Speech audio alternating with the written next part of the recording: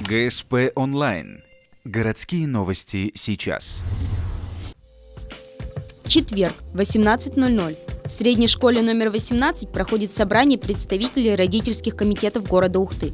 Его основная цель – создание общегородского родительского комитета, задачей которого станет решение многих злободневных проблем, связанных с детьми.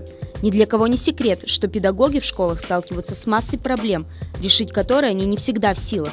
Именно поэтому активные родители займутся решением хозяйственно-бытовых вопросов в школах, организацией внешкольных мероприятий, пропагандой здорового образа жизни и повышением уровня культуры. Мы сегодня предложили каникулярного общего единого режима, даже новизны с 1 сентября школьной одежды, новизны здорового образа жизни.